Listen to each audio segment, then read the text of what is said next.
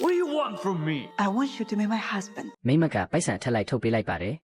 Have you been drinking? မိမကသူ့ကိုတန်တန်ရှင်းရှင်းနဲ့ဝတ်ဆောင်အပြည့်ဝတ်ပြီးမှသူမစီလာရှာဖို့ပြောလိုက်ပါတယ်ပြီးနောက်ပိုက်ဆံတွေကိုသူ့စီပစ်ပေးလိုက်ပါတယ်အဲ့ဒီနောက်တထေးကပျော်ရွှင်တဲ့မျက်နှာထားနဲ့သူမကြိုက်ဆုံးတေးဂီတဖွဲ့ရဲ့လက်မှတ်နှစ်ဆောင်ကိုထုတ်ပေးပြီးအတူတူတက်ရောက်ဖို့ဖိတ်ခေါ်တယ်ဒါပေမဲ့မိမကသွားစရာဝန်စီသွားစရာရှိတယ်ဆိုတဲ့အကြောင်းပြချက်နဲ့ညှင်းပယ်ခဲ့ပါတယ်တထေးကဆက်ပြီးဆွလုပ်နေတော့သူမကအိမ်ထောင်ကြပြီးသားပါလို့လိန်ပြောလိုက်ပါတယ်တထေးကတော့မယုံကြည်ပါဘူးဘာလို့လဲဆိုတော့သူမကအလုပ်ထဲမှာပဲအချိန်ကုန်နေတက်လို့ဖြစ်ပါတယ်ရုတ်တရက်ဝတ်ဆောင်အပြည့်နဲ့အမျိုးသားတစ်ယောက်ကလက်ပြနှုတ်ဆက်ရင်လျှောက်လာပါတယ်ဒါပေမဲ့အင်ဂျီလက်ကတစိတ်ကိုတော့မခွာရသေးပါဘူးမိမကအမြန်သွားပြီးနန်းဟန်ဆောင်ကတစိတ်ကိုခွာပေးလိုက်ပါတယ်ပြီးတော့တထေးကိုသူမရဲ့ခင်ပွန်းမဆိုပြီးမိတ်ဆက်ပေးပြီးနောက်ခင်ပွန်းတူကိုဆွဲပြီးထွက်ခွာသွားခဲ့ပါတယ်အပြင်ရောက်တာနဲ့အင်ချင်မဲကသူမဘာလို့ဒီလိုလုပ်ရတာလဲဆိုပြီးမေးပါတယ်သူကအဲ့ဒီလူကမစိုးပါဘူးလို့ပြောပါတယ်မိမကသူမဟာအချစ်ကိုလုံးဝမယုံကြည်ဘူးလို့ပြောလိုက်ပါတယ်ဒါပေမဲ့ထေးကိုလည်းစိတ်မဆိုးစေချင်ဘူးသူမကပိုက်ဆံတွေကိုအင်ချင်မဲစီထိုးပေးပြီးထွက်သွားခိုင်းလိုက်ပါတယ်ဒါပေမဲ့ထေးကဘေးကနေခိုးနှားထောင်နေတာကိုသူမသိခဲ့ပါဘူးအင်ချင်မဲကလည်းတတိမပေးခဲ့ပါဘူးအင်ချင်မဲကပိုက်ဆံရလို့ပျော်ရွှင်စွာထွက်ခွာသွားခဲ့ပါတယ်နောက်နေ့မှာတထေးကပရဟိတပွဲအတွက်ရွေးချယ်ခံရသူကိုကြေညာပါတယ်မိမကတော့သူပဲဖြစ်မှာပါဆိုပြီးယုံကြည်ချက်ပြည့်ရှိနေပါတယ်